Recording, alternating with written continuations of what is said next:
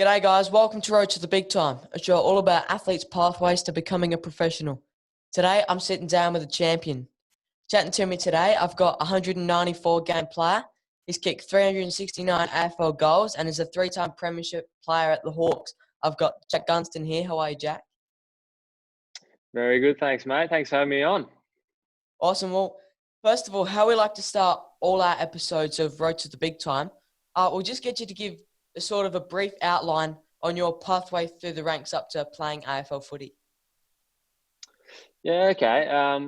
Mine was probably a little bit different to most, which I love about the way I came through was so a lot of my friends were playing state football and playing representative TAC Cup football, and I didn't really grow until year 11, I think. So that's when I first probably jumped on the scene and started getting noticed a little bit. And it wasn't until my 18th year, so that's 17 years old, and my draft year that I actually made my first ever representative side, and that was Sandringham Dragons, and I played 6 games for them, and played 6 pretty handy games, and Yeah. played school footy at the same time. But yeah, it was on the back of those games, and I guess a bit of determination to not give up, especially when I was 15, 16, 17, to yeah, play those good games throughout the year and be in draft calculations and end up getting drafted to the Adelaide Crows.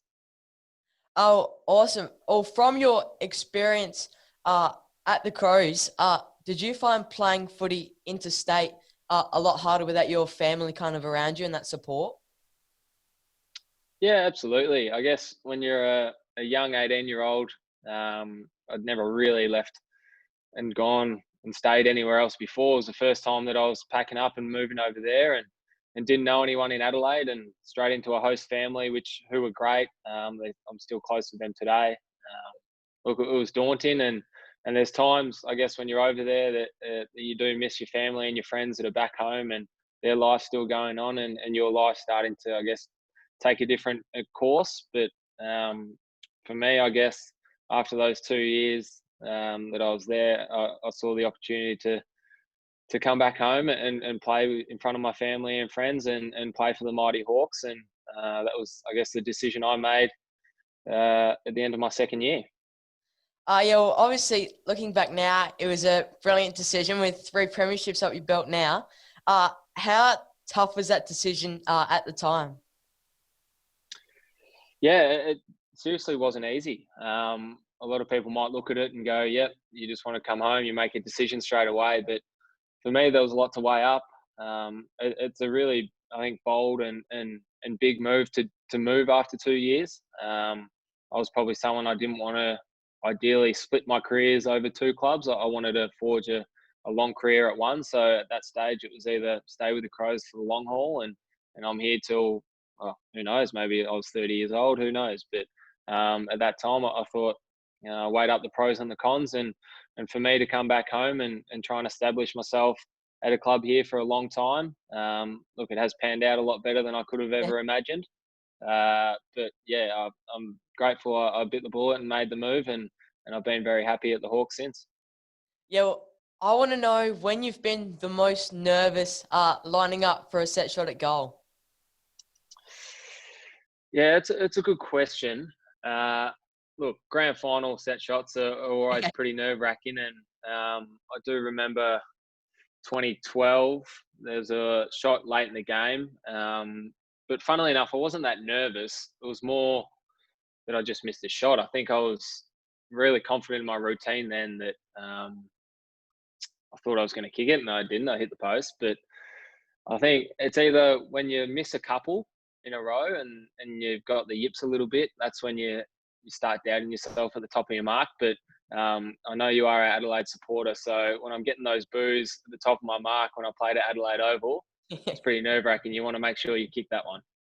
Yeah, cool. Have you got any tips for a young forward in the marking contest? Yeah, good question. The one thing I'd say, and I think I've been able to develop a little bit over my time, is I'm not always the biggest guy out there, and I've got guys that do weigh 10 to 15 kilos more than me. So it's a matter of probably, one, not staying stationary and letting the defender dictate the body work. And two, it's once the ball comes off the boot, it's trying to pick up where the drop zone is going to be as soon as possible. So position your body right and then pick up the drop zone so you can then run and jump at the ball. Yeah, cool. Well, who would you say is the best defender you've ever played on, and why do you think they were so effective or challenging? Yeah, another good question. I've played on, so Tom Lonergan used to play for Geelong.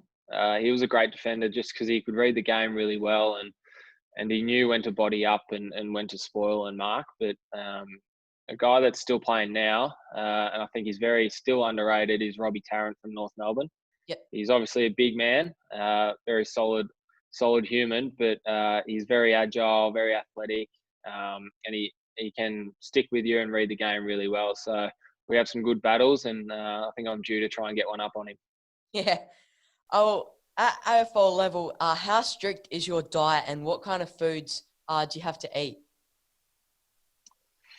Yeah, so we've had a dietitian, I think, at the club for the whole time I've been there, and coming out of school, probably eating fish and chips and McDonald's and these sort of things. I haven't had them for a while. So you're always eating your proteins, which is your chicken, and then you're having your veggies and your salad, and look after games. We're making sure we're fueling up with protein shakes and all these sort of things. But yeah, we've got to keep our skin folds and our weight in check. You'd probably look at me and go, I could eat whatever I want, but somehow my skin folds tend to be very high at times. So look, we just got to keep eating healthy, and we've all probably got our routine before a game of a pasta or a stir fry or something like that fuels us up for the game the next day. Yeah, cool. I want to know the kind of story of either your biggest day out at the AFL level or at junior level. Biggest day out. I think my biggest tally, I think, is 7 goals. I would have liked to have kicked more, but I think that was school football. But I think my biggest day out was probably during my under 18s year of when I was talking about those 6 games of footy that I played really well. I kicked 6 one day, and it was probably that day that I look back on that helped me get drafted in the end. So in terms of if you want to talk about a big day out, that was 6 goals, which was great, but then and also have a few recruiters watching at the same time. I think it's probably life-changing in a way, I think. Yeah, definitely. Watching the warm-ups on TV, I've seen a lot of players get on the resistance bands in their warm-ups. Are they something you would recommend using? Yeah, I think a lot of the guys use it when they've had prior sort of injuries. I think definitely around the knee kind of injuries to warm up the muscles around the knee, or I think to sort of warm up the glutes and the legs and activate that sort of stuff. And it can be really important when you're training, I guess, 3 times a week, and then got to get your recovery in as well. So then going to game perform, and you want to be ready to go. So look, I think, junior clubs are starting to sort of do that sort of stuff, and everything's getting a bit more serious as the age groups are going down. So no doubt there'll be some junior kids out there wanting to use the bands. Yeah. Now this kind of last question. Have you got one last piece of advice for a junior footballer that you've kind of learned along the way through your career? Yeah, absolutely. It was probably what I touched on earlier, and it's honestly never giving up on the dream. And I think when I was coming through, the perception was if you were past 18, you were never going to get picked up. But you'd be surprised, especially for all junior guys, or if you're 18, 19, 20 years old. There are people watching every game. Someone would know your name. There's always someone watching, and if you just put in good performances and keep enjoying your footy and loving being out there with your mates, you'd be surprised how your life can turn. And we've seen a lot of guys that are 25 playing VFL, or 26 getting picked up and playing some really good AFL footy. So I guess there's no set way to be drafted. Just keep enjoying your footy, getting a kick, and you never know what might happen. Awesome. Well, all right, Jack, it's been awesome chatting to you today, but that's all the questions I've got. You've given some Really great advice, and I hope you have a really great season of footy this year. No worries. Thanks for having me on. Oh, I've got plenty more questions to ask, so stay tuned for our next guest. This has been Road to the Big Time.